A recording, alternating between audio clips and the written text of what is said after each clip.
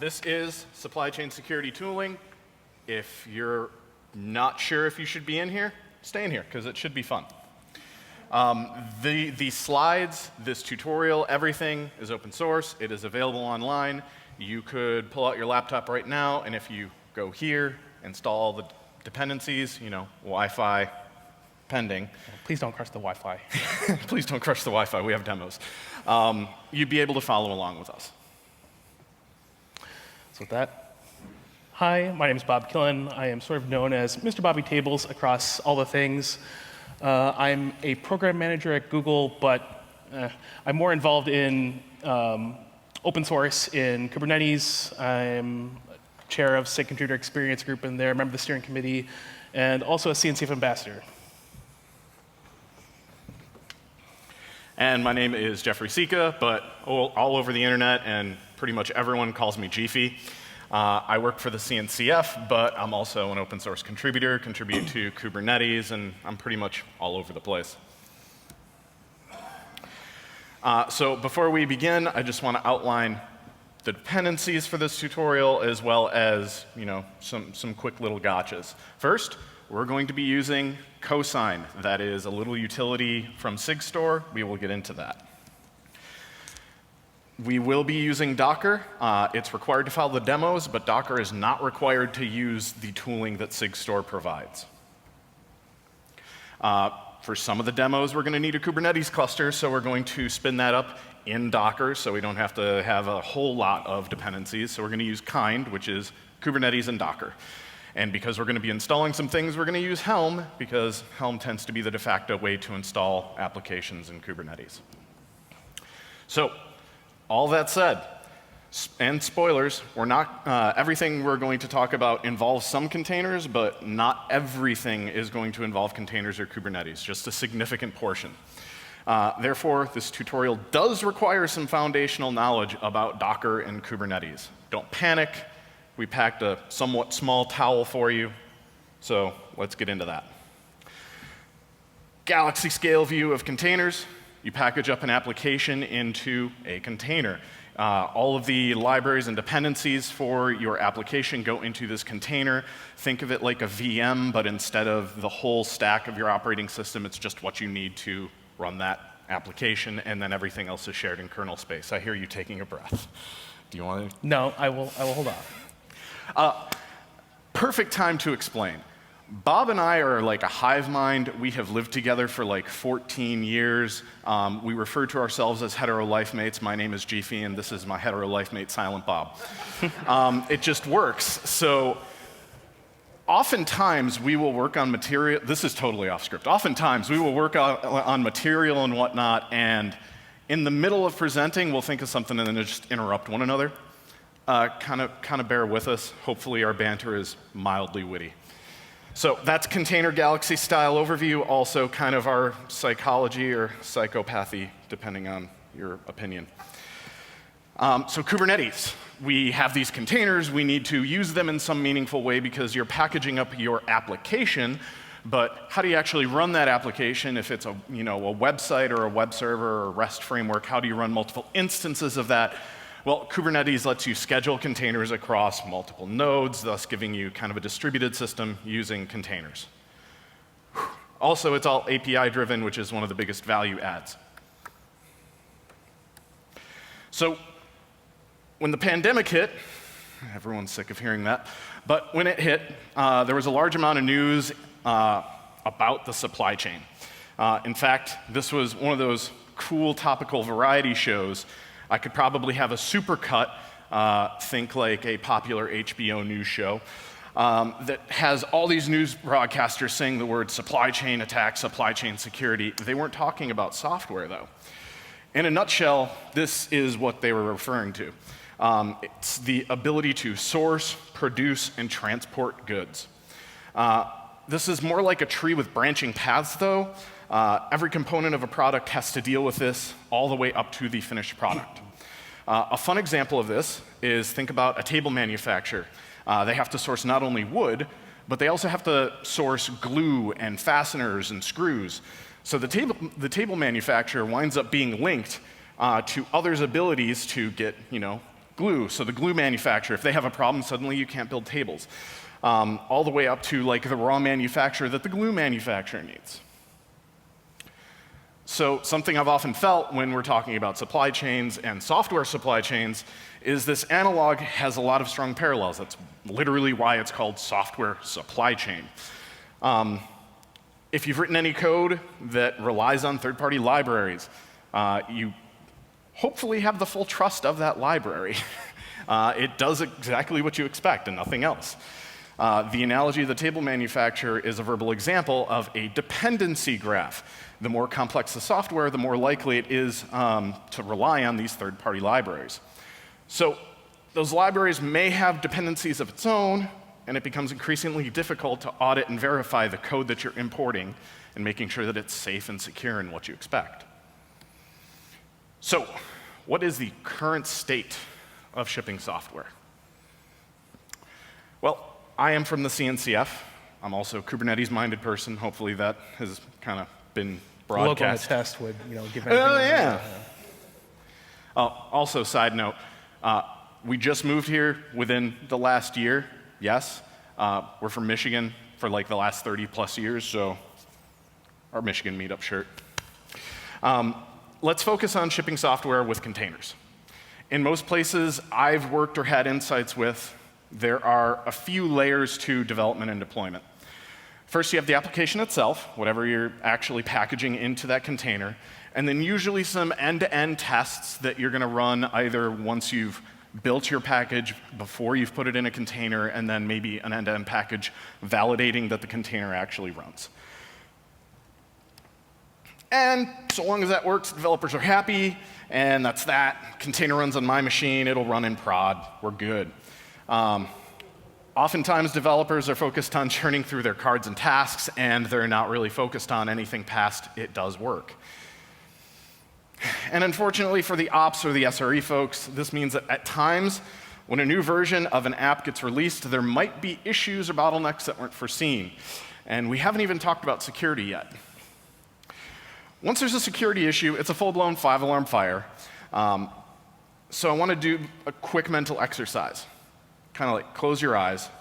If there was a high or critical CVE or a backdoor dependency announced tomorrow for a base image that you may build your application on and ship, what would you do?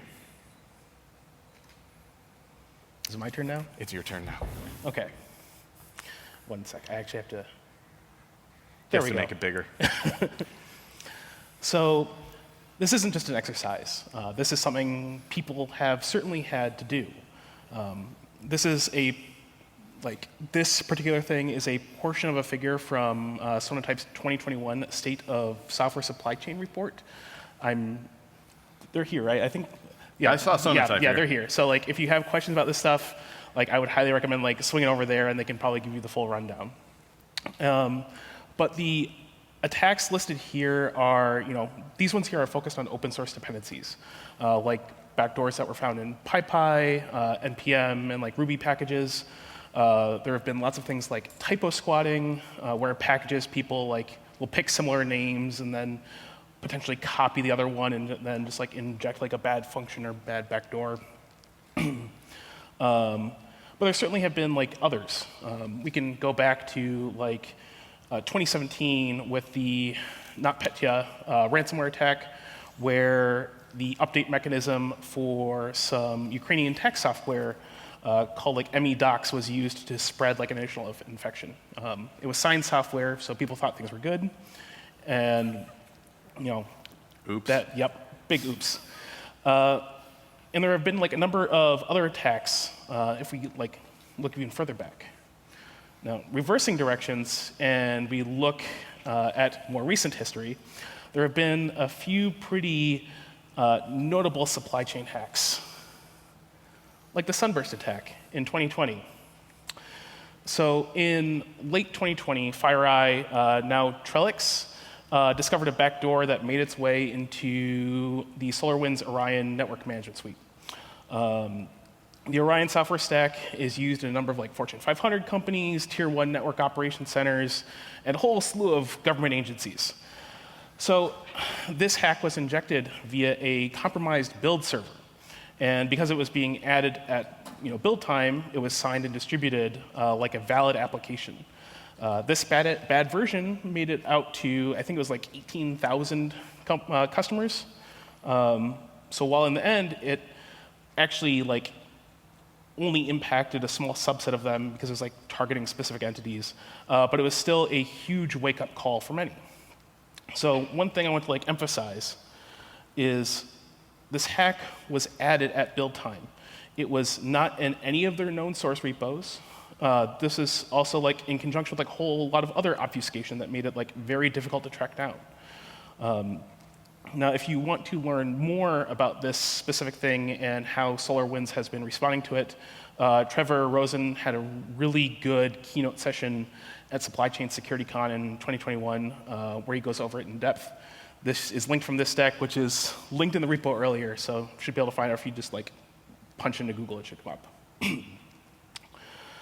Now, going back to the report, the attacks I mentioned are only a fraction of the bigger picture. In the Sonatype report, they crunched the numbers, and there's actually been a 650% year-over-year increase in these supply chain attacks. And this certainly hasn't gone unnoticed. So, in May of last year, in response to Sunburst and some of the other stuff that has been going on, President Biden put forward the Executive Order 14028 that introduced 7 new principles that the federal government and its public-private partners must adopt to improve our overall cybersecurity posture with a very aggressive timeline to get things rolling. So as you can imagine, a whole slew of different groups from the government, academics, various foundations, to companies were pulled in to really help with this initiative. Now, I don't want to spend too much time going over all the executive order, little things in there, but I will just cover a couple. First, in Section 3, the goal is to push the federal government to adopt secure cloud systems or services, zero trust architecture, and mandated the deployment or usage of multi-factor authentication and encryption. Yay, 2FA for everyone. PS, if you don't have a 2FA key and contribute to any source or any open source project, find me after this talk and I will give you a Titan security key. I have a whole pile of them, so please come on by. Next, in Section 4, this is the big one related to this talk. So one of the big levers that the government has in terms of working through this stuff is control over the requirements and standards for things that they purchase. So this executive order pushes to establish a new, more rigorous set of policies regarding how the software that they purchase is built and distributed. So this includes providing what is known as a software bill of materials, or a SBOM. And SBOM is a formal record containing the details and supply chain relationships of all the various components used in building that software. That's a mouthful. Yeah, that's why I'm literally reading the code off the slide. So this includes what dependencies are used, what versions of them, et cetera. So if you're going to be doing business with the federal government and want some of those sweet, sweet big government contracts, you're going to have to raise your security standards a little bit and provide a whole lot more information about how your software is built and what goes into it. So as you can kind of imagine, this has really created a big rush to develop the tooling and best practices to do that. The last thing on this executive order honestly is defines a common event log and items and requirements that must be logged by federal agencies. I don't know why I'm talking about this one. I probably should have skipped it. Anyway. Good job. Yeah. So the problem that we have in a nutshell is supply chain attacks are on the rise, and the software development lifecycle has become a popular vector for attacks. So in that report, we saw the surge of supply chain attacks year over year, and the rise of these attacks. The government is really pushing the tech industry at large to respond and shore up defenses, this sort of thing. Now, the big question for us is how can we trust the software we choose to run, and how can we build better software that people can trust? And one thing is like, how can we as potential users make more informed decisions about what we run? So these supply chain concepts and supply chain attacks aren't new. Ken Thompson, actually like one of the founders of Unix, in his 1983 Turing Award acceptance lecture titled Reflections on Trusting Trust, he did a bit of an experiment where he wrote a backdoor in the Unix login binary. And he did that actually by writing the backdoor in the compiler that would then detect whenever it was writing the login binary to inject the backdoor. And then he went a step further and did it in the compiler for the compiler, making it incredibly difficult to detect. And so he sort of summarized it as the moral is obvious, you can't trust code that you did not totally create yourself, especially code from companies that employ people like me. So, but the big difference is now is that there's a whole slew of initiatives and tooling in the supply chain world that help us increase our ability to trust. Now, the supply chain world itself is chock full of acronyms, new technologies, new concepts, and it can honestly be pretty overwhelming. This is honestly just kind of a bunch of word salad, and this is honestly just like a fraction of everything in there. But we're here to try and help make sense of it and potentially get you something you can use relatively quickly. I think we explained about half. So this all starts with a reasonable solution to first approach these problems. And that is a fun thing called SLSA or SALSA, Supply Chain Levels for Software Artifacts. So SALSA is a security framework. It's a set of standards and controls aimed at preventing tampering, improving integrity, and securing the packages and infrastructure that we all use. So it's a way for us to make sure that the software that is built and run has not been modified in any way that doesn't align with what the original software dev intended. But before we dive into SALSA, I just want to sort of like go over software supply chain in general for just a minute. So this is your sort of general run-of-the-mill software pipeline. You have your dev doing dev things, working on code. They commit them to a source control management system, GitHub, GitLab, whatever. And a build system then takes that code, pulls in the various libraries and dependencies to build and test that thing. It's then published somewhere as a package in some artifact repository. After that, as an end user, you sort of pull it in and run that package, that thing, that application somewhere in your stack. So some pipelines are, well, I can guarantee you there are definitely a lot more complex pipelines out there, but this is sort of, excuse me, a general gist or approximation of them. So with that, let's actually take a look at some of the vulnerable points in a software supply chain. So, I have a quick question. what? How many thought there would be this many? 1, 2. How many thought there would be more? 1, 2, 3, 4, 5. Okay. Less? Okay. More people. Yeah. So, as you can probably imagine, some of the exploits that could take advantage of these vulnerability points, this is sort of a general list of them. I'm not going to dive into like all of them, but a couple examples.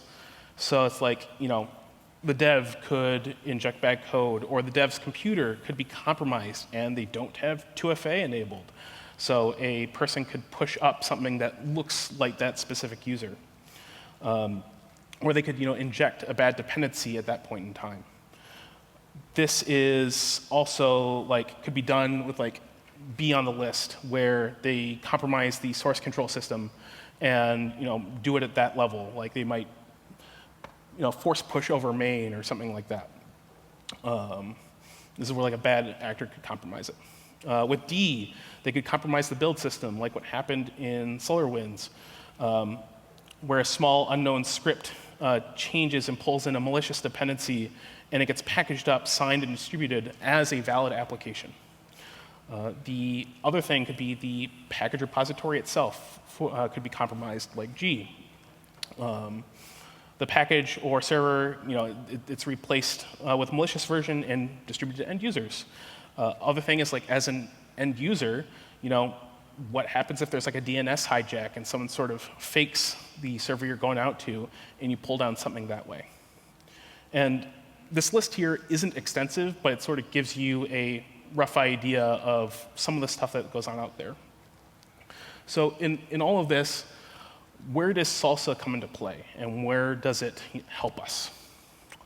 So the Salsa framework itself establishes 3 trust boundaries or areas that are involved in software artifact creation, where we can produce some metadata called provenance that describes the who, what, when, and how that went into the production of that software artifact.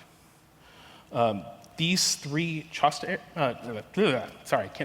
These 3 trust boundaries are build, source, and dependencies/packages. They're kind of the same thing, it's just how they're pulled in.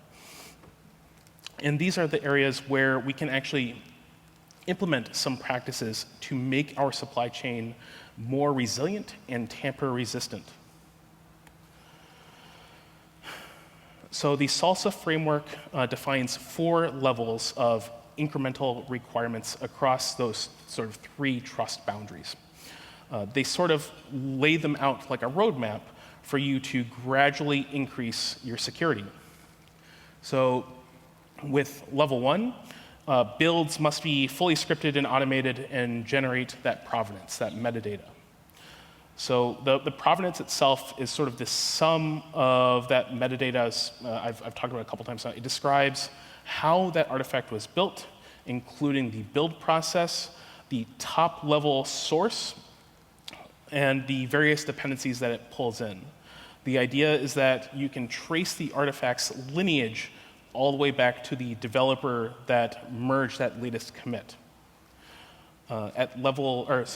Now, this provenance data alone doesn't make it tamper-resistant, but offers a basic level of code source identification and can be used to evaluate whether software has a dependency or something with like a known vulnerability. So it's like if you've heard of like SPDX and some of this, where you get the big list of dependencies, it gives you a nice way to be able to like, oh, look, we see a CVE for a package. This is the thing that's likely impacted and can, work on it yourself. Know when to like push an update. At level 2, this requires using a version control and a hosted build service that generates authenticated provenance, so that its authenticity and integrity can be verified by us as a consumer. Essentially, this means that the metadata produced by the build system is digitally signed by that build system. So you or I can then sort of like verify that it has been built by the system. Sorry, so I lost my train of thought there for a sec. But we can then create like a policy in our system to sort of make good decisions about what we decide to run. At level 3, this basically shows that the system's builds are fully trustworthy. So build definitions come from source. So it's like you store your GitHub workflow, and GitHub kind of enforces it anyway with like storing your steps and everything in there. But essentially, your build steps must be stored in source control as well. You also need to implement like ephemeral or like trustworthy CI, so that way the environment can like fully be recreated.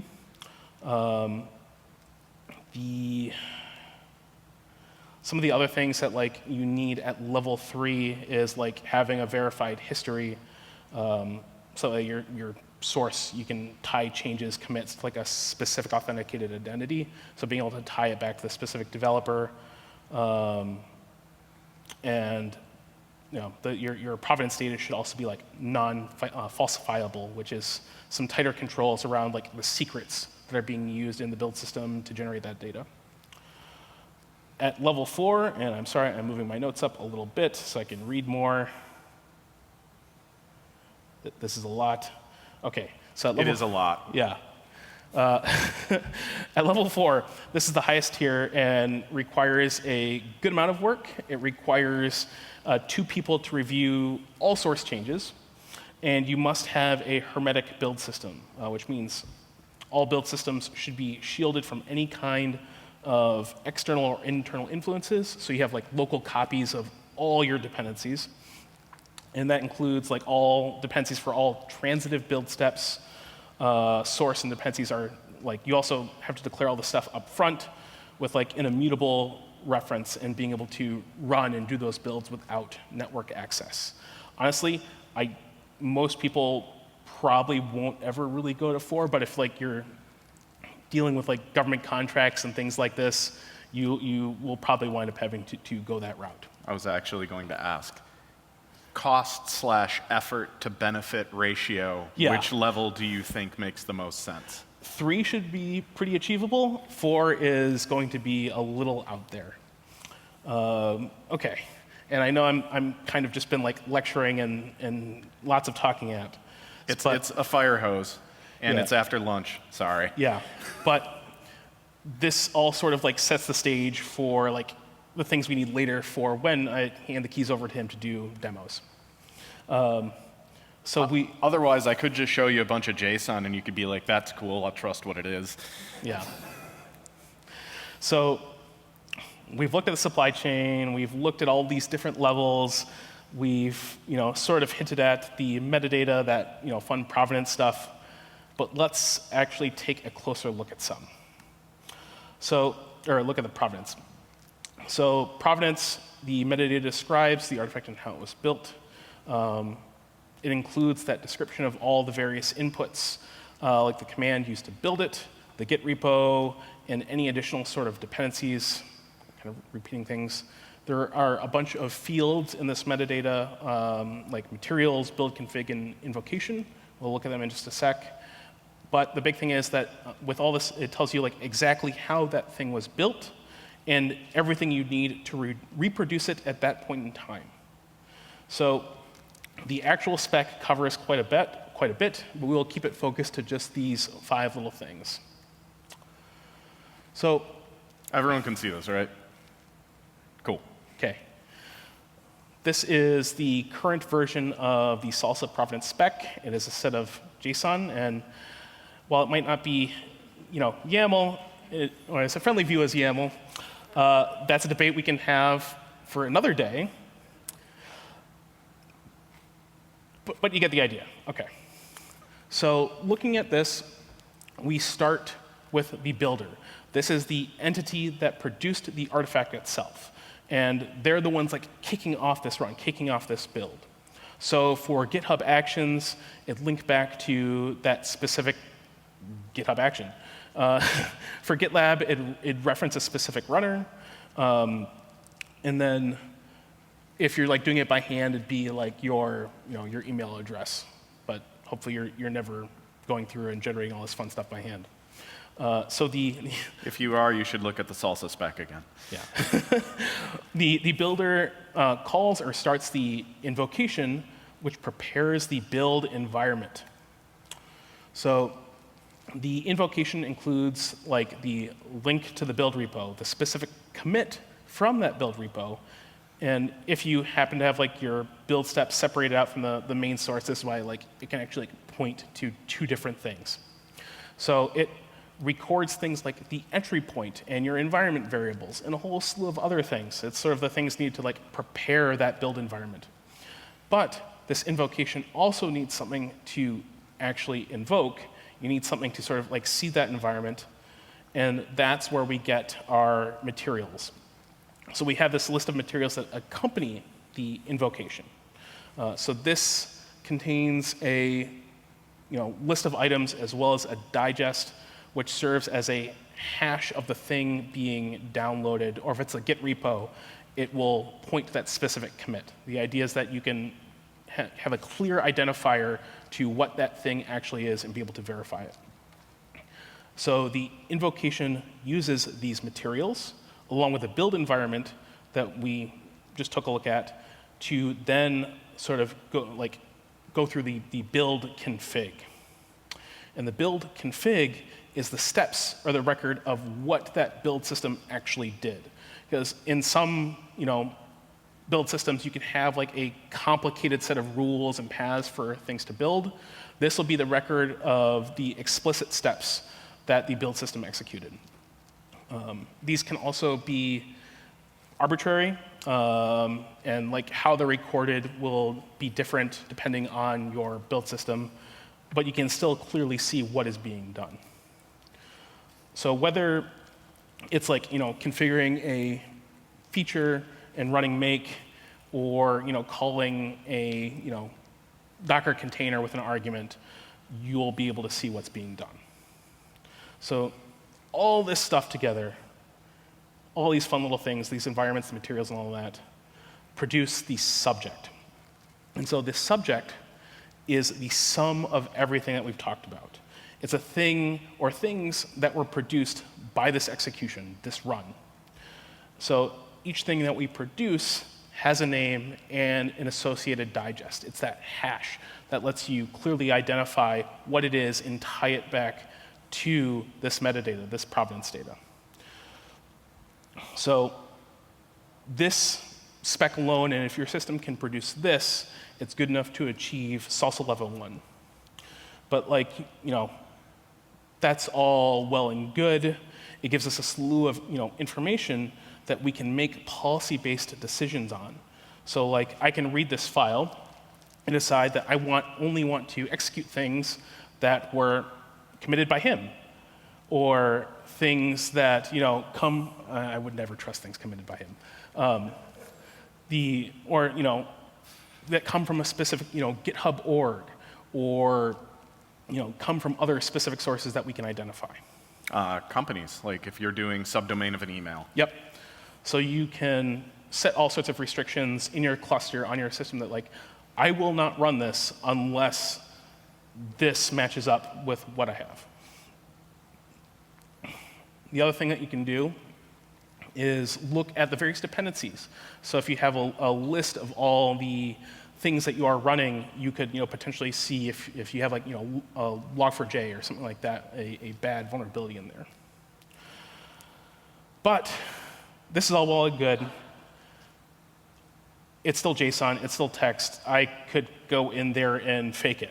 So how do we actually prove that it hasn't been tampered with? And we achieve that with a software attestation. So with a software attestation, that the provenance metadata is cryptographically signed by one or more entities involved in the production of that artifact. Of course, anything in computer science and computer engineering, if you run into a problem, just add another layer of indirection. So, and this is generally what it looks like. We'll take a closer look at this. So, actually, we'll go back here.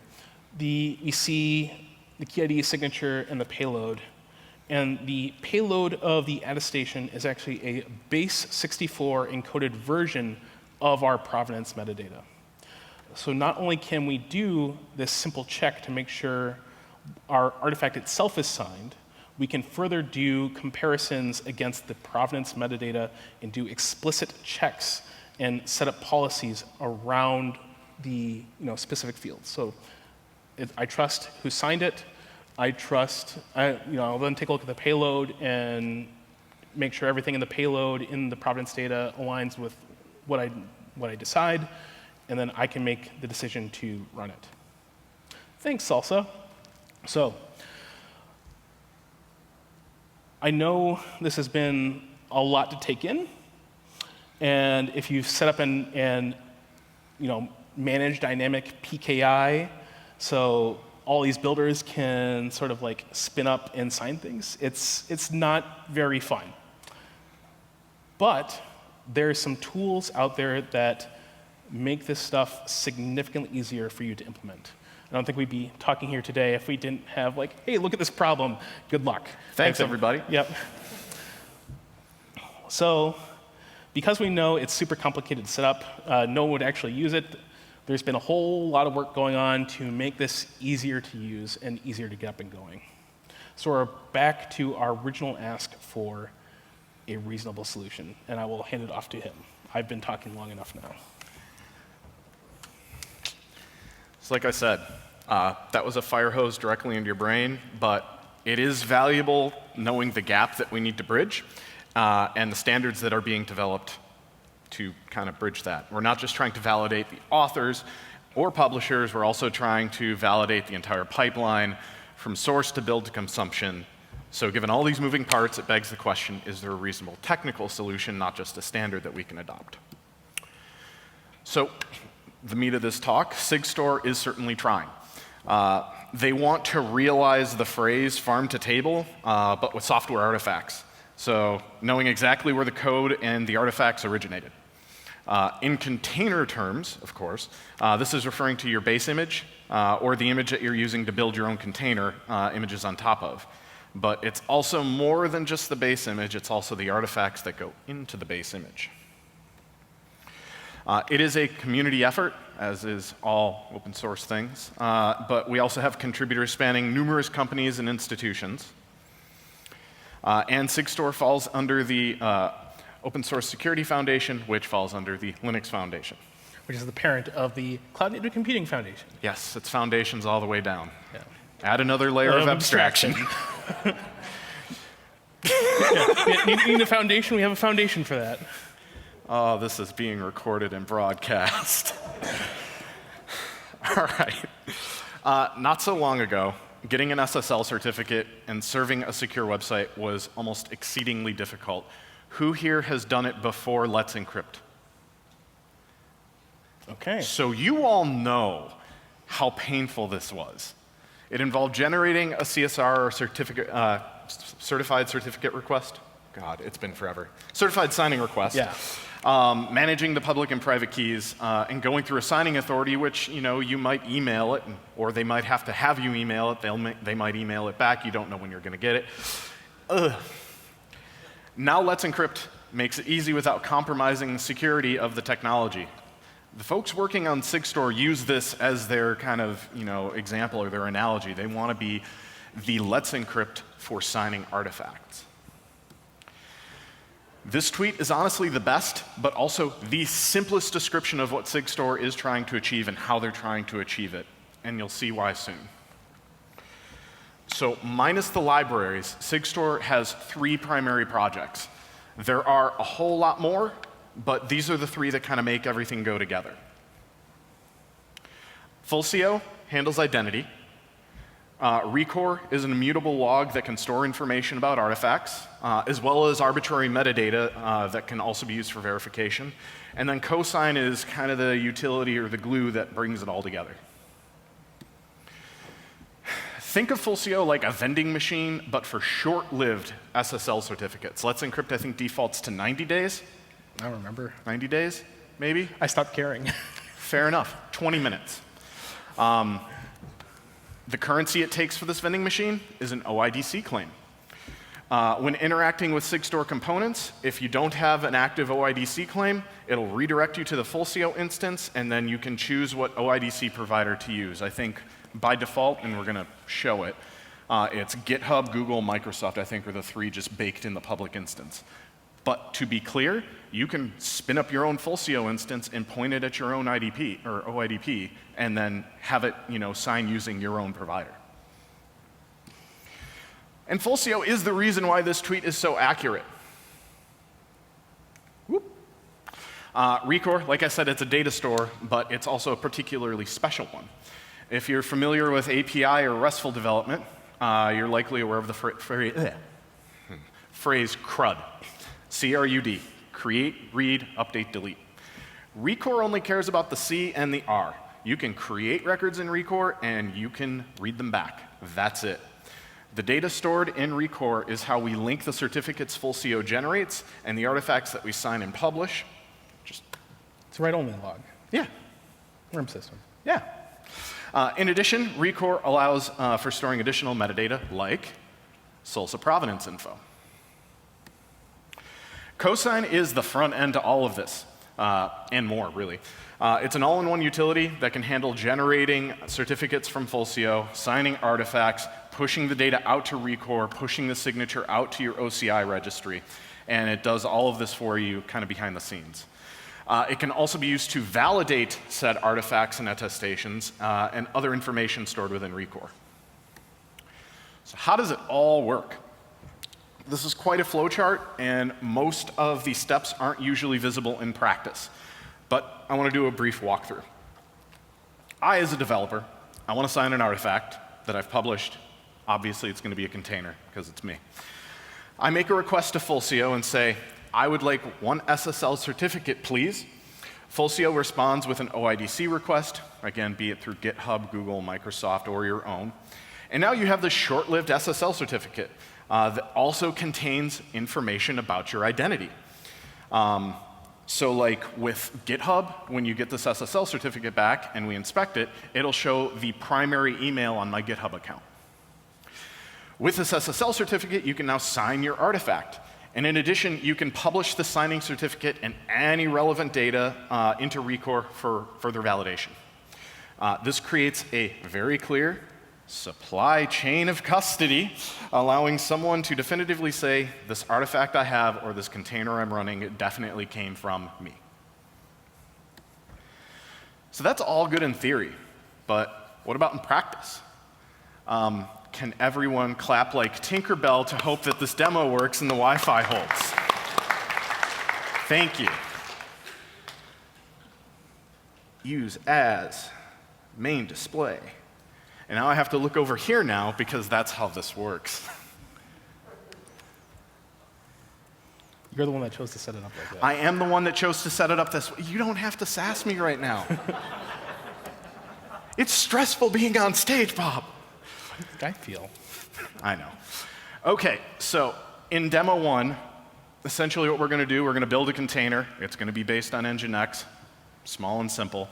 But we're also going to sign that container, push it up, and then kind of look at some of the data that we generate while we do it.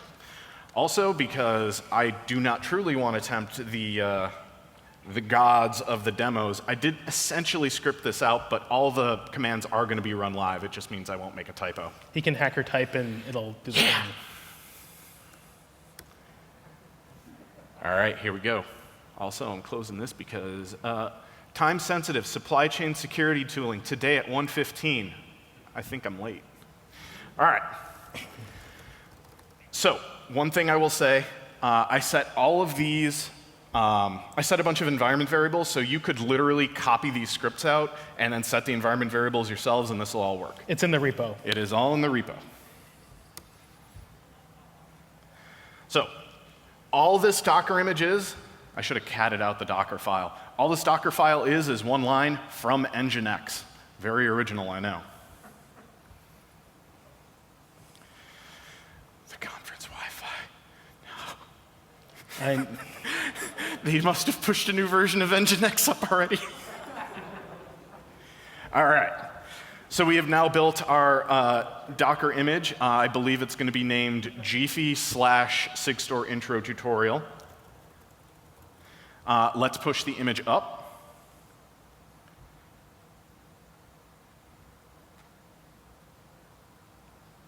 Come on, little one. Yay. And now let's just sign it.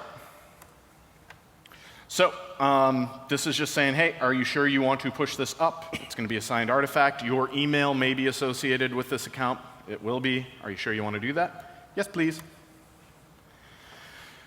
Kicks me over to an OIDC provider, which is Fulcio. I want to log into Sigstore, and it wants an identity. Oh, my mouse is already here. So I'm just going to log in with GitHub. If you hadn't, just because I've already logged into this, if you don't have an active GitHub session locally, you would click login with GitHub, go through the normal OIDC of just logging into GitHub. This is just going to kick me right back. Yeah. And remember, you can tie this into whatever corporate system you have internally. This page will close automatically in 5 seconds. I'm going to close it already. Boom. So what has happened right now, it saw that I had already pushed an image up. It then signed that image, pushed the signature up into Docker Hub, and then stored all of this metadata that we're going to see into Recore. So let's actually verify what Recore has for this image. It is going to dump a lot of JSON, even more because I've been constantly testing this demo. So let's actually just pull the most recent record out. It's cut off there. It's cut off. Oh, no. Oh, there we go. Cool. So what I'm just doing, I'm going to grab the UUID or the log index of the most recent one, export it, and then I'll say, hey, let's just look at this most recent thing. That's a lot of typing just to get that going. But here we are. We don't have an attestation because all we did was sign. We're not doing anything with SLSA or provenance info right now.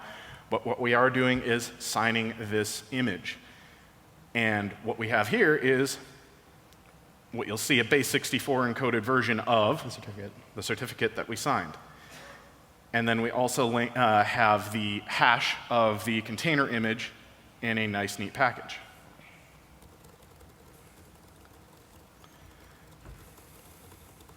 Like I said, it's a lot of hacker typing, but it also means I don't make a typo, because that's a lot to type. So let's look at the SSL certificate and have it just output something in a somewhat human-readable format.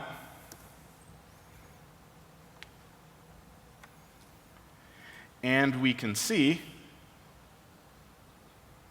subject name, boom, and then this just shows the issuer of the certificate, or rather the issuer of my OIDC claim. So it all works. Demo 1. You still have 2 more opportunities to fail. I know. Finish session. Hooray. Can't believe the first demo worked. Now we only got 2 more to go.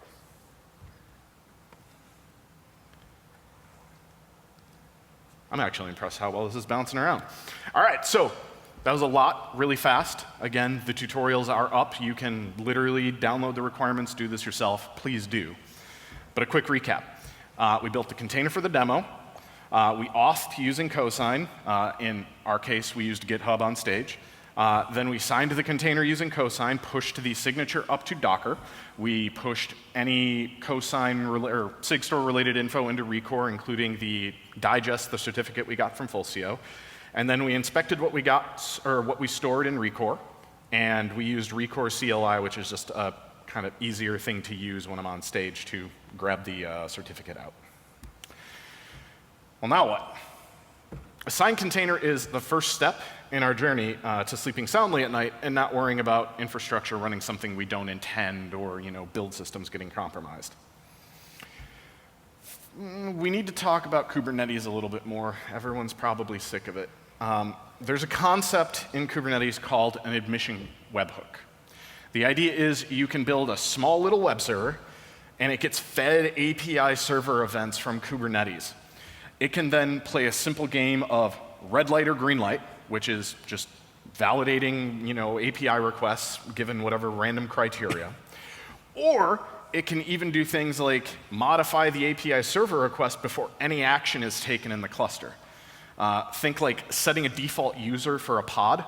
If the pod, a mutating webhook would be a pod comes in. Adding a label. Adding a label, right? Another way of putting it, it's kind of like playing Uno, but with API calls. I don't want to dive too much into what an admission webhook actually is, but I do want to highlight the granularity of them. You can essentially subscribe your webhook to a very specific or very broad set of API calls. In our case, we're really only focused on a validating type of webhook. And ideally, we would create a webhook that can validate that our Kubernetes cluster is only running signed container images. Maybe we can go even a step further, ensure it's a signed container image published by a specific set of authors or projects. Well, the folks at SigStore thought this was a good idea too. So it's already done. While it is admittedly in the early stages, they have developed what's called the policy controller. This is best installed as a Helm chart and provides us a Kubernetes CRD, or custom resource definition, called cluster image policy. Unfortunately, this policy engine is in beta. And let me tell you, writing a tutorial and then validating it, I wrote this tutorial, well, at least this demo, a month ago. I validated it 3 nights ago. Policy controller is broken. So what's going to happen? We'll see. So it's not good enough to demo right now. There's literally a PR and 3 issues open for what's broken. It's still worth pointing out that this effort is being done by Sigstore. But for our demo, number 2, let's use a more mature project. Let's talk about Kyverno. Kyverno is a sandbox project under the CNCF. Its entire goal is to be a Kubernetes policy engine, just not a policy engine specific to supply chain security. Take it as you will, but everything in Kyverno is a CRD, so I hope you like YAML. Just like the policy controller, Kyverno hooks into Kubernetes using both mutating and validating webhooks. It's also worth noting that these 2 aren't the only solutions that allow you to write and enforce policies in Kubernetes. There is OPA Gatekeeper, OPA, Open Policy Agent, another CNCF project. It has the primitives to do this as well. Just a different language. Different language, and it didn't have a batteries included example that I could kind of, copy paste because the demo didn't work 3 days ago. So, demo number 2. Let's see this in action. Our next demo, we're going to spin up a Kubernetes cluster locally using Kind. We're going to install Kyverno on it, and then we're going to try and run an unsigned and a signed workload.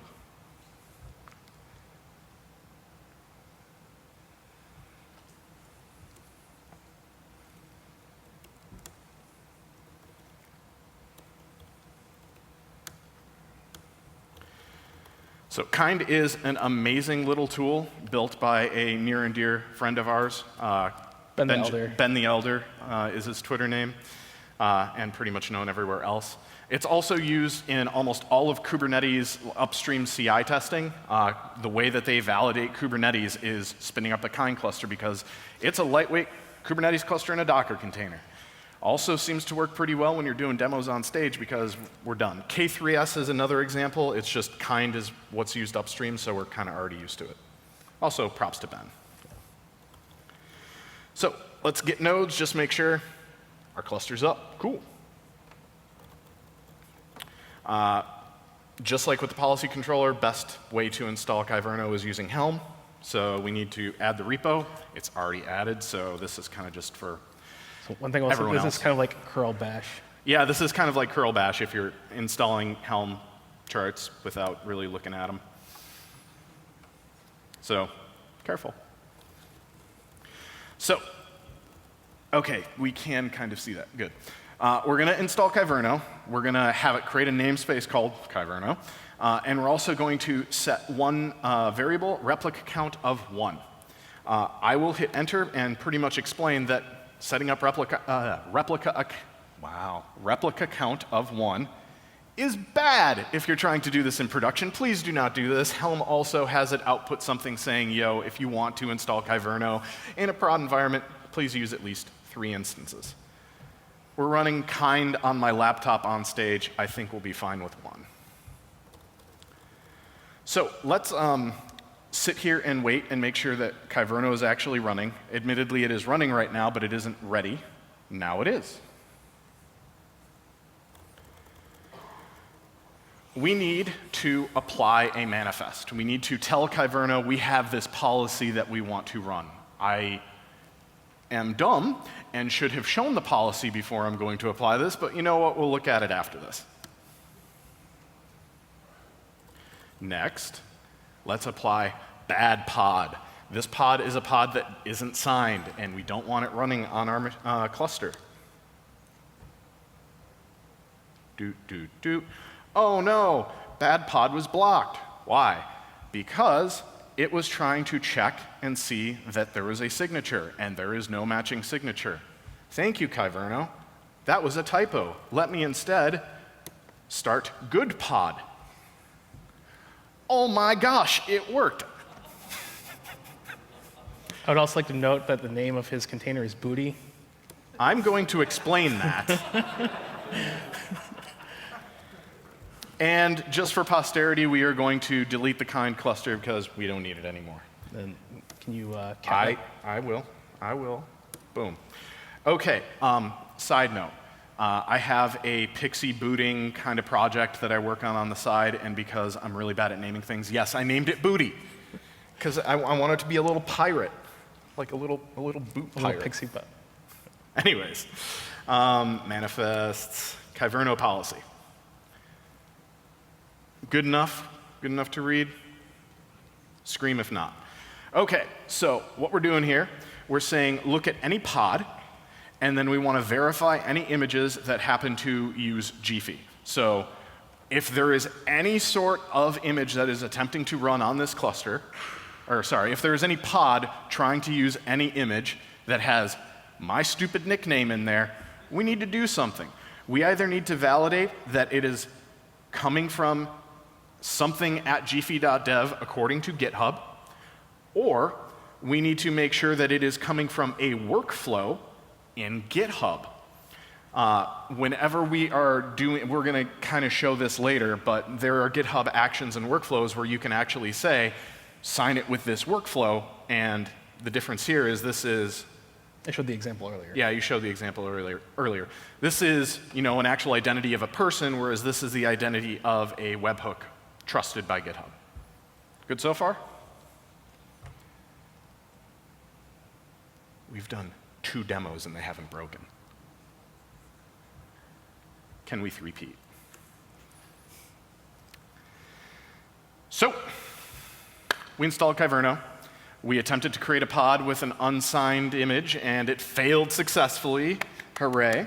And then we actually successfully created a pod that was signed, so we did everything we expected. We're well on our way to giving our SREs and other staff peace of mind. If our cluster is only running signed workloads, and there's rich metadata in Recore about the container image we're running and anything else, it becomes a trivial task to definitively say whether or not our cluster is or isn't affected by a CVE, potentially. And this demo only showed like the most basic functionality of Kyverno. You can go pretty crazy with Kyverno as a policy engine. You can be highly specific, highly complex. Don't get me wrong, Sigstore's policy controller is also attempting to be very complex. And it's like a reference architecture. It's like a reference architecture, but it's mainly a reference architecture about making sure signed images and like SLSA provenance is there. Kyverno, again, is not supply chain security oriented. It is a generic policy engine. Yeah, generic policy engine lets you go totally crazy. So like we showed, you can not only restrict signed images, you can also restrict the identities of the signed images. The demos have been fun, but at least the signing demonstration was really manual, type, cosign, sign. And we can write scripts. Bash does still make the world go round, and in fact, Kubernetes is really just Bash and YAML wearing a really, really good mask. Go for mask. Yeah, go for mask. What if we did something a little more streamlined? Well, we're in luck already. Places like GitHub see the value in integrating with Sigstore, and they're already converging on it being a standard for signing artifacts and generating SLSA-compliant attestations. And ideally, if you're already using something like GitHub, it can be an automatic step using GitHub Actions, and you don't even need to really be aware about it. Aware about it. Eventually, you can simply push code to GitHub. It'll automatically sign the container with the image and the code commit and the build pipeline info and your identity, everything all in one. So did I say eventually? Because I actually mean today. Thanks to both Sigstore and GitHub, there's a relatively easy GitHub action already on the marketplace for anyone to use to install the cosign utility and then use it in your pipeline. And while we haven't fully escaped the bash, because it is actually bash and YAML, I kind of deeply apologize for that. This is still significantly easier to maintain than bash files in a Git repo that get invoked by a build system. GitHub Actions aren't the only people leading the charge. Tecton has added a whole separate project about supply chain security called Chains. Go figure. Engineers are really good at naming stuff. It's more of like a batteries included kind of solution for supply chain security. Right now, it's the only one that does it like truly end to end. This. But it's also would mean spinning up a lot more locally on this laptop, and we don't want to challenge the demo gods. No, we don't. But we do have something cool to show you that's kind of equivalent. So what does that mean? Well, with with Tecton Chains, you create a secret within your Kubernetes cluster for Cosign to use. Tecton will automatically sign generated artifacts, and they will produce attestation data that gets signed and submitted to Rekor, and you do nothing. It's just automatic. It's beautiful. So for our third demo, I want to walk through a GitHub action that we have in the repo, but for the sake of time, I will actually hand wave this one. We're already doing another demo after this, and honestly, I don't want to sit here and kind of twiddle my thumbs and make jokes for 5 minutes while the GitHub action pipeline runs. So I'll walk through the GitHub action with you, show you what it's trying to do. Then I'm just going to show you the last build and kind of go through what it does. Are we good with that? All right.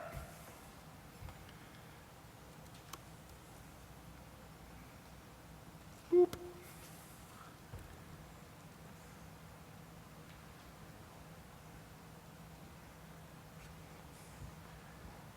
A Kyverno policy.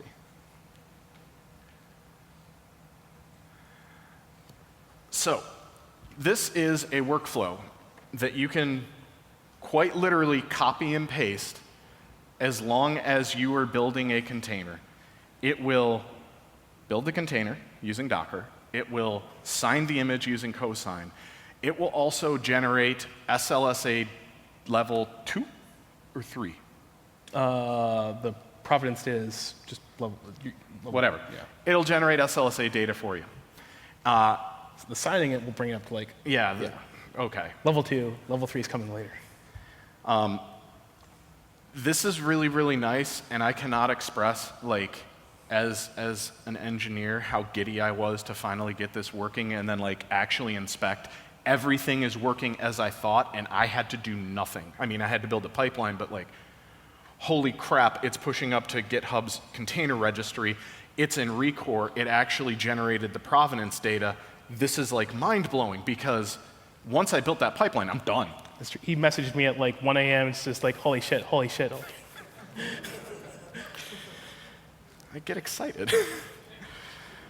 So, first off, we need to build our container, because this all revolves around containers. Spoiler, it doesn't have to, but it all revolves around containers right now. So, let's use essentially Docker's own marketplace action. Docker's own marketplace.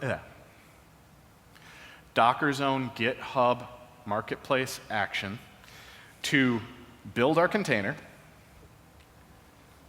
We want to install Cosign before we build it. So this is like, hey, check out the data, check out the repo. We want to install Cosign. We want to make sure that it's a V110, or you're going to spend 2 or 3 hours wondering why the heck this doesn't work.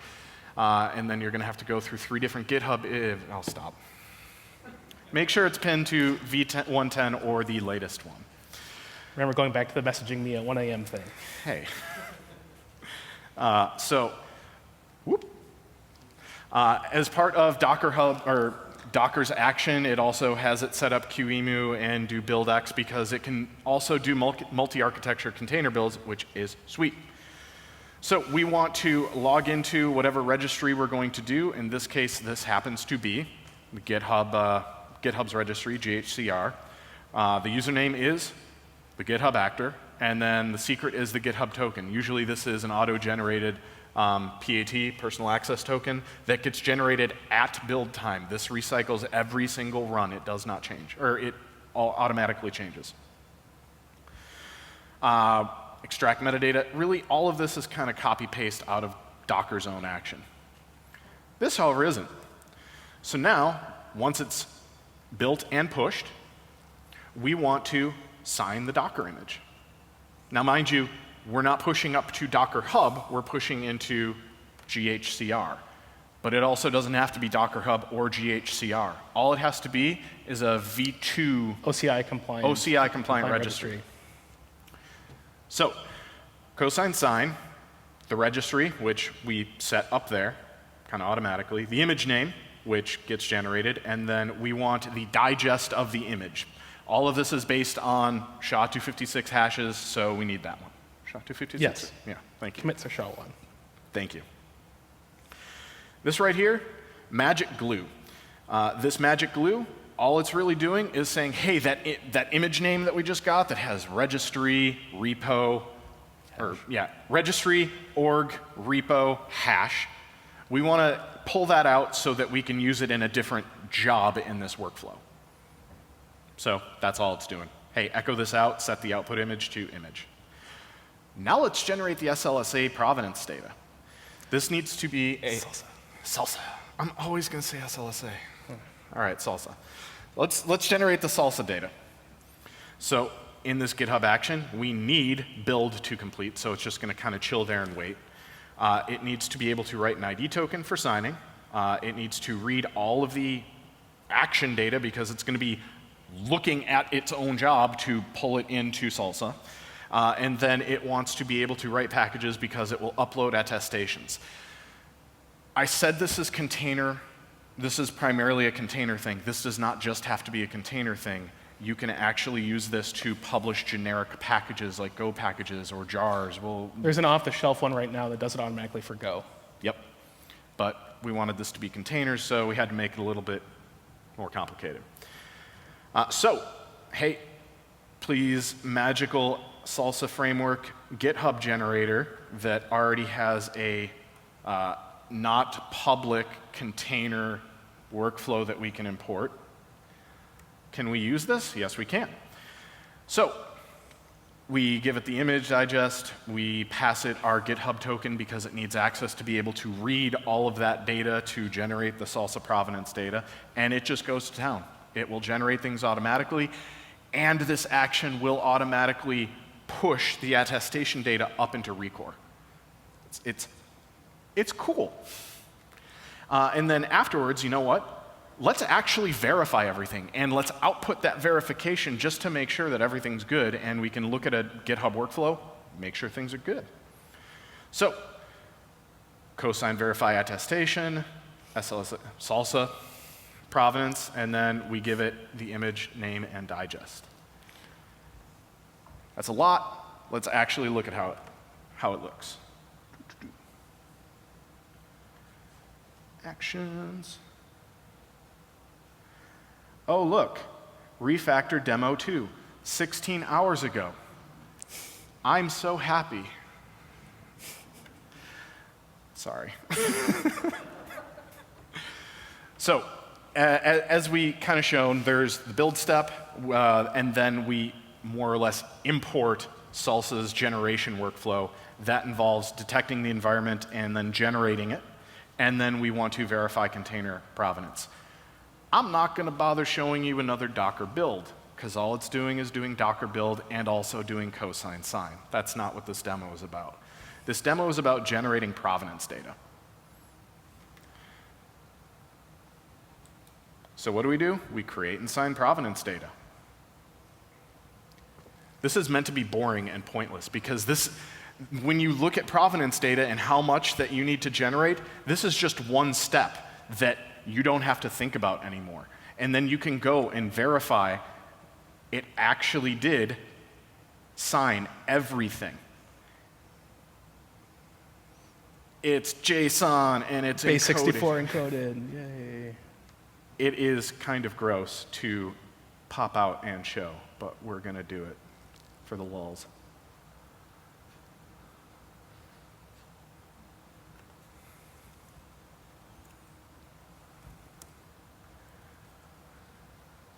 Oh, it's mad.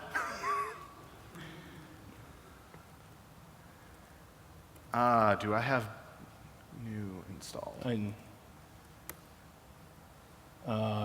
Quotes. You have one at the end. I don't think you're missing one at the beginning. I do have one in the beginning. Okay. Does anyone see what the problem is? Oh, lowercase d. Is it lowercase d? and then we'll see if it's, hey, yay, it all worked. So this kind of looks a lot like, well, let me scroll up to it. This looks It's all the GitHub event data. This looks a lot like the stuff that Bob talked about. That whole large, really difficult to kind of comprehend salsa data. Admittedly, it's perfect for the problem that we're trying to solve, but me as caveman brain engineer, I don't want to think about it. I just wanted to show that I did the thing right. Here we go. So, the subject, you're going to have to help me walk through this. I literally was like, I'm gonna build a salsa manifest by doing nothing. I know nothing about salsa. This is to appease you, dang it. We have the subject name, which is our container. Yes. And our hash. Yep. That's it. I don't know anything else. The builder, you'll pop up and take a look at the builder ID, so you can see the actual thing that triggered this. What did I just do?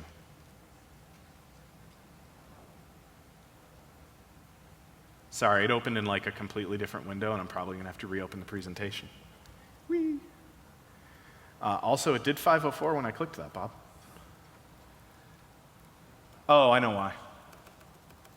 Because it also has the git ref in there. You'll need to edit it later. Don't worry about it. Hand waving. Yes, it's magic. It works. Don't worry. That's exactly what you want to hear in a security-related talk. Magic. Build type.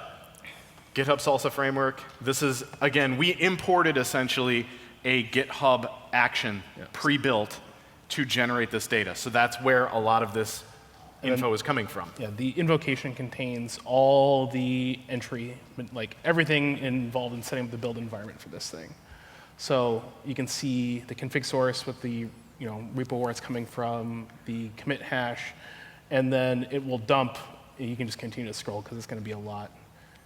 GitHub dumps like most of the GitHub event data in here. So there's a lot of things you can potentially do. Like you can see the author up there with the, looking for stuff from him.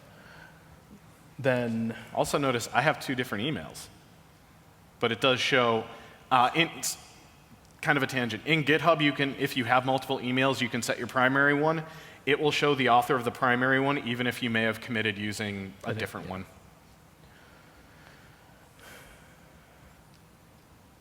More GitHub info. Literally everything to do with the event that triggered the build. I didn't notice that I actually included the license in there. That's kind of cool. Yeah.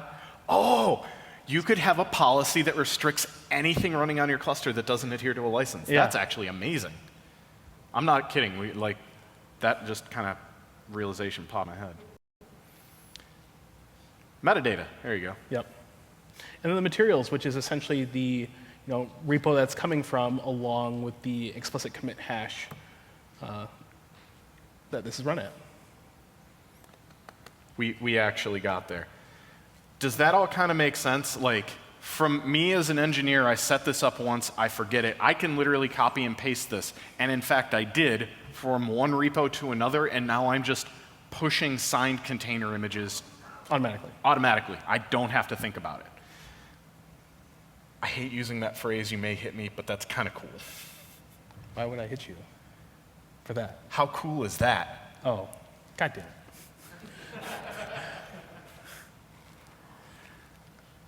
All right, where did... The last one. You got 15 minutes. I have 15 minutes? Oh my goodness, I'm so excited.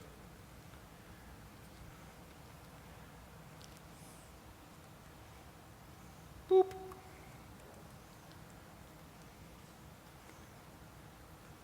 Yeah, I'm going to have to reopen it. Sorry, y'all. Technical difficulties.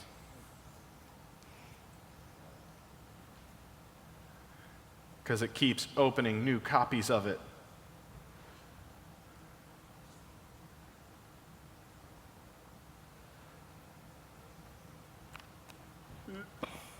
Wrong way. Right way.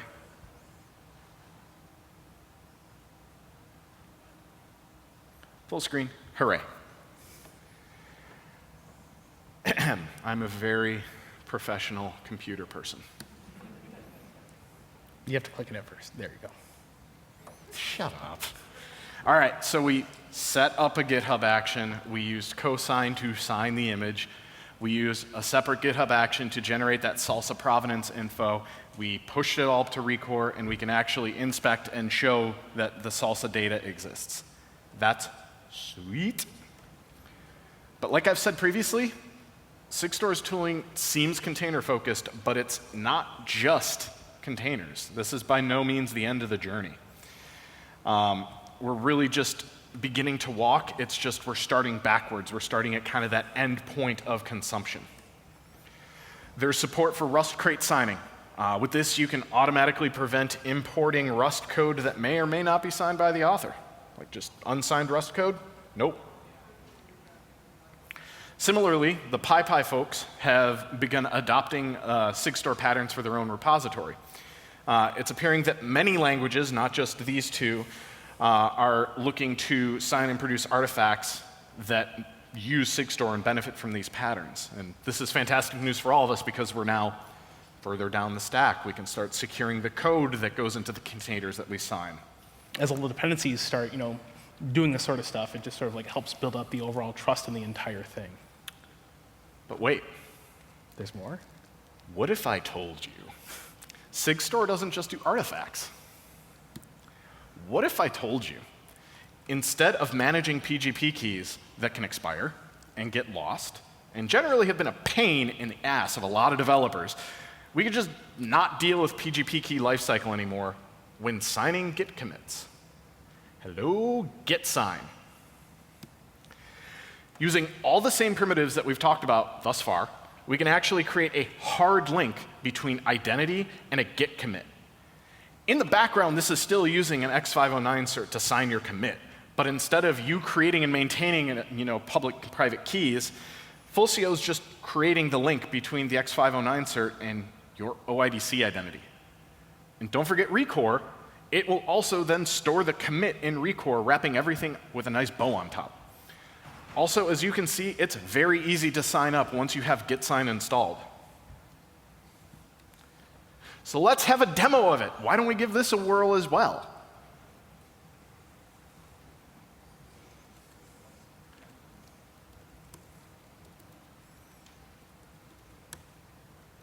Do it live. So let's sign all of our commits. You can set this per repo or globally. In this case, we're just doing it locally. We want to tell the git config, hey, use this program called git sign to actually generate our X509 certificate. We're telling it, hey, GPG key is going to be in X509. And then let's just create a new test branch while we do this, just so it's kind of isolated. And then let's just create an empty commit. Just let's see this all work. Oh my gosh, it wants me to log into Sigstore and validate my identity. Sigstore auth successful. Signed commit by Gphy. Let's take a look at the signature. Signed commit by Gphy, signed off by Gphy, all of that stuff. But also look, by doing this, it's using git sign to pull in info from Recore to validate everything. Good signature from, validated git signature, and validated Recore entry. So now we're doing this at the commit level, not just the package level and not just the container level. It's really like working the stack all the way down. And it's all additive layers to sort of like improving trust and being able to go all the way up. Yes. Now, just like that first demo, we use the Recore CLI to just introspect what Recore has for this, and I want to do that as well for this commit, not just a container.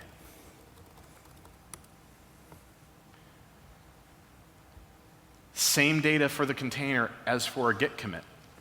And remember, you can run your own instance of Recore. So if you're doing stuff internally at work, you can then have your own internal transparency log for everything that's going inside your corporate firewall, to put on my enterprise hat.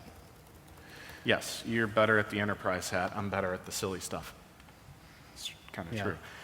All I'm doing here, I'm just pulling some data out of Recore so I can show and verify what certificate was generated and the identity.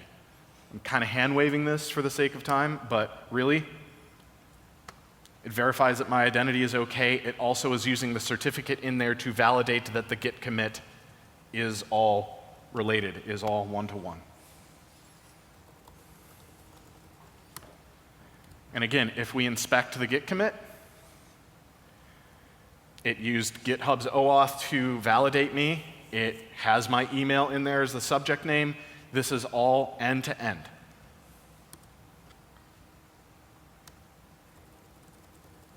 And I just want to clean that up. Woo! I'm so excited, and I just can't hide it. So this is a quick recap. All we did, we signed a commit and we looked at it. I don't know about you, though. This is the most excited I've been about Git commits. It's usually the content that we care about. Yeah, it usually is. Now, it isn't all ponies and rainbows. I'm sorry. GitHub currently, if you look up on GitHub at some commits, and in fact the commits to the tutorial repo, they will say unverified. The reason why? GitHub doesn't trust SigStore's certificate authority yet. Little friend whisper in my ear, it's happening at some point soon, probably this year. Knock on wood. So, I've done my bit. I'm done talking. OK. TLDR, supply chain security is definitely becoming an increasing thing that we all have to worry about, both as the people producing the code, the people running the code, the people hosting it. And this would be a very difficult thing, but thanks to a lot of really smart people in building this like salsa framework, we can really get going and sort of help build our trust in the things that we build and into the things that we run. We're not security experts. Yeah. We just play them on TV and learn about stuff to teach everyone. Like, I could never have come up with this stuff. Do I do that? OK. So SigStore in general, like, again, the tools in this ecosystem are being developed that can really help us solve these supply chain problems. We can, tie things back to a specific identity. We can sign just about everything that we really want to, and we can generate that provenance data that really lets us be informed users and make decisions about the type of things that we want to, run in our clusters or, in our general software stack. So far, yep. So far, it started with containers. Yeah, So far, it started with containers and OCI-compliant artifacts, but kind of rather quickly and at the end, we've shown it is absolutely moving down the stack, and it's getting supported really well. So we're moving towards a future where inclusion and distribution of software will be secure by default. Like I said, I was really excited about a Git commit. I was really excited about a GitHub action, automatically generating, signing. It makes me happy. We want to get to the point where, yes, it's exciting now, but we want it to be boring. We want it to be seamless, and we want it to be integrated into everything, because the only way this stuff is going to get adopted and for everyone to use it, essentially, if it is completely seamless end-to-end. And SigStore, Salsa, and these things that are being worked on right now are really the path forward for that. It's kind of a really exciting time to be involved with it. Yeah, and the work done by SigStore does feel like it just, like when Let's Encrypt started coming on the scene. It was, I don't have to deal with emailing a random person my CSR to get an SSL It's like certificate. Netlify just requests the cert for me. I don't have to do anything. It just does it. The analogy is a strong one. Yeah. Generation of salsa and provenance data at build time wraps this up in a very nice, complete package. It lets consumers validate exactly what they want to run on their cluster. It lets us as producers ensure what you are consuming is what we intend. The landscape is kind of at breakneck velocity, as literally demo 2 kind of showed with policy controller going. And this tutorial might be completely invalid in 6 months. Fair warning. Well, his workshops might be. The stuff that at least I went over should be accurate. That's fair. You know what? Fair. But I'm sorry, camera person, you keep bouncing between us, you're the real MVP. In their place, there will likely be even more automation. There will be less for developers to have to focus on. It'll be a more batteries-included approach in 6 months. So I'm happy for my part of the tutorial to be invalid, because it also means me as a developer, I don't have to think about it as much. Yeah, you don't have to worry about that. That GitHub action. Yeah. By the way, next month, the GitHub action will actually produce enough like ephemeral environment and all that stuff to actually be full Salsa level 3 compliant. So if you're doing stuff in GitHub, building containers, right now it works for Go. I forget what the other thing that they're adding, but like it'll work essentially next month for containers and just like producing that stuff automatically. You won't have to think about it. It'll just happen. Like I said, breakneck speeds. Yeah. That said, all that we've kind of beamed into your brains should give you enough knowledge and a compass to kind of navigate the landscape as it evolves and moves forward. Some of the lessons and demos you can literally copy paste and immediately start benefiting from as well. Yeah. So we hope you found this useful, and honestly, we don't know what we're doing. So it's a GFU Mr. Bobby Tables production.